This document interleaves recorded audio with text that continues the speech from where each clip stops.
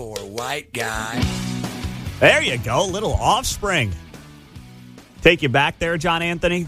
It does, and we had the Ramones on the commercial right before, so Ramones into Offspring this morning. How about that? Oh, man, it's great to be back on a Monday morning on KCMO. Headline I saw over the weekend from Bloomberg: white men make a comeback in America's boardrooms. Okay. Show some R-E-S-P-I-C-T.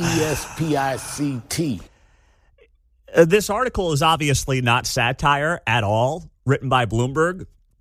I wish that it was a satirical piece because it tells you and basically admits that DEI and meritocracy was not part of the hiring equation for boardrooms over the last few years. That's basically what this piece is admitting.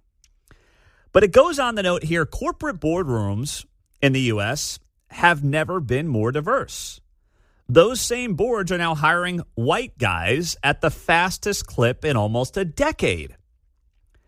Now, let me make it very clear. I don't care who you hire. All I want is these boards to figure out how to hire the most competent people that they can find for the positions that they need. I don't care if you're white, black, Hispanic, Asian. That shouldn't matter. Male, female. Yeah, I know there's two genders for those of you still confused by that. Talk about a bombshell. But all that matters is that you hire the best person for the job. And this article goes on to say here that white men made up the majority of new directors added this year at S&P 500 companies for the first time since 2017. Interviews with directors and recruiters make clear that boards are seeking candidates with experience as chief executive officers to help navigate economic and political turmoil, particularly tariffs. And because many of those executives began their careers decades ago when leadership was less diverse, those being picked now are disproportionately white and male. So that's their excuse. So only white guys know how to navigate tariffs. That's the conclusion here? That's their excuse? That's what they're saying? You see, that's the conclusion. They're explaining it away by being like, well, you know, white guys who have been in the workforce for longer and have seen more in their business careers know how to navigate the economic and political turmoil, particularly tariffs. That's why we're hiring them. See, there's an excuse even for why they might be hiring more white males than they otherwise would have or were doing just a couple of years ago. They can't just say, hey, you know, we've kind of realized we went too far one way on this DEI stuff, and we probably shouldn't give people preferential treatment based on race.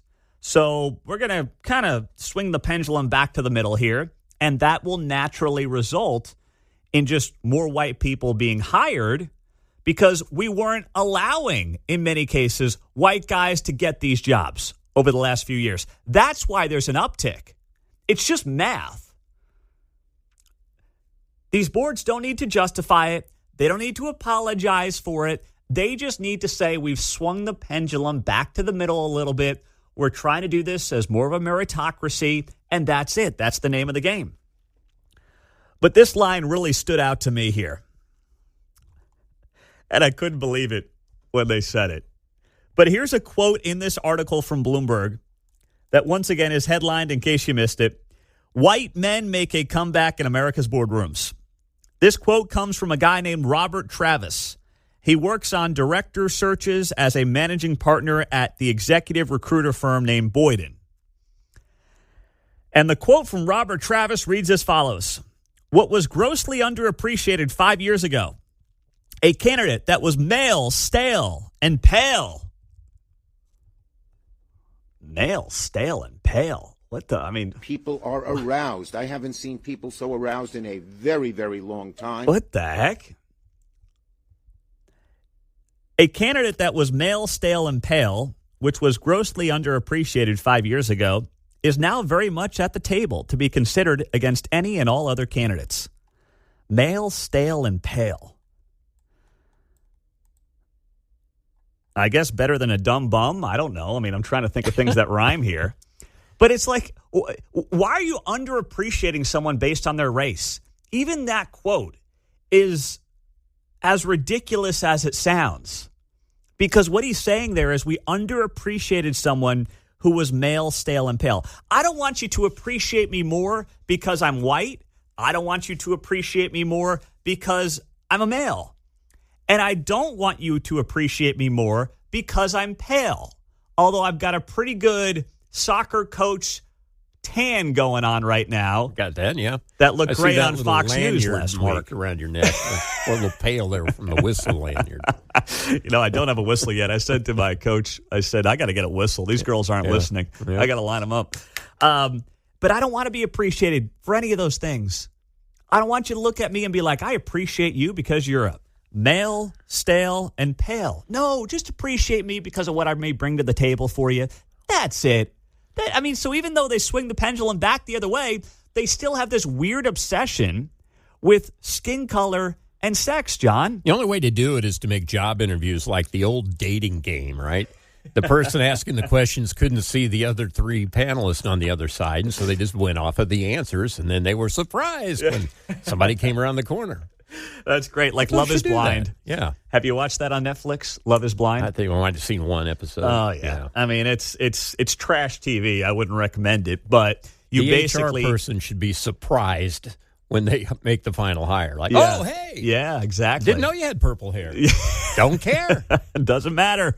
Hire me because of what I can bring to the table. Touche. That's all it's about here. So now the article goes on to say they're asking recruiters to find leaders who have run companies or big business units, telling them that the other considerations matter less.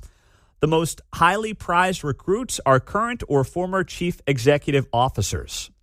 And they go on to say some 55% of the more than 440 new directors appointed to the S&P 500 boards through September 24th of this year were white men. Women won about a third of board seats, down from a peak of 44% in 2022. Non-white directors made up 20% of board hires, down from 44% in 2021. I don't know if the 44% hired in 2021 was a good number or not. I don't much care. I do know this. That looks like a major reaction to the summer of love post-George Floyd 2020 chaos that we all lived through. To go from 44% in 2021 to 20%, less than half, I mean, that goes to show you right there that there was a serious overcorrection.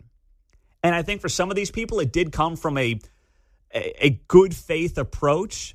In some cases, they were trying to do the right thing. And yes, giving people opportunities is a nice way to go about doing business, but not at the cost of hurting the business. That's where you've got to figure out what that fine line is. And too many in corporate boardrooms in corporate America, by and large, didn't really care about that. They didn't give a rip. It wasn't important to them. It was like, oh, you're hired, and a part of the reason you're being hired or selected for this position is specifically because of the color of your skin. And that is something that Charlie Kirk railed on, and he talked extensively about, and his words got twisted.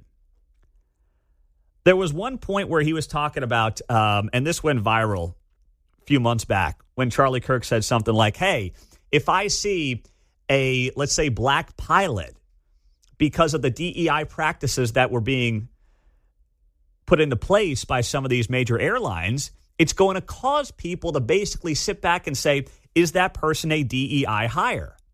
And that's the problem with DEI hiring by and large. You can't do it because what it does is, first off, it makes the person who gets hired, it makes people question whether or not they were hired because of their skin color, which is totally unfair to that hire. Completely unfair to that employee. And that's the world that you create when you go down this road of hiring in part based on race. So the pendulum is swinging back, and I'm not sitting here like celebrating that. I just want to get back to the place where meritocracy is what wins out. And whatever your sex or skin color is becomes irrelevant. And if that's what's happening here, that's a win for everybody. That's how it's supposed to be. That's what we should want in America. But I love how they continue to just, push this aside by making claims like, well, we got to have male, stale, and paleness highlighting the boardroom. Okay. Just stop with the excuses, okay? Please. That's all I'm asking.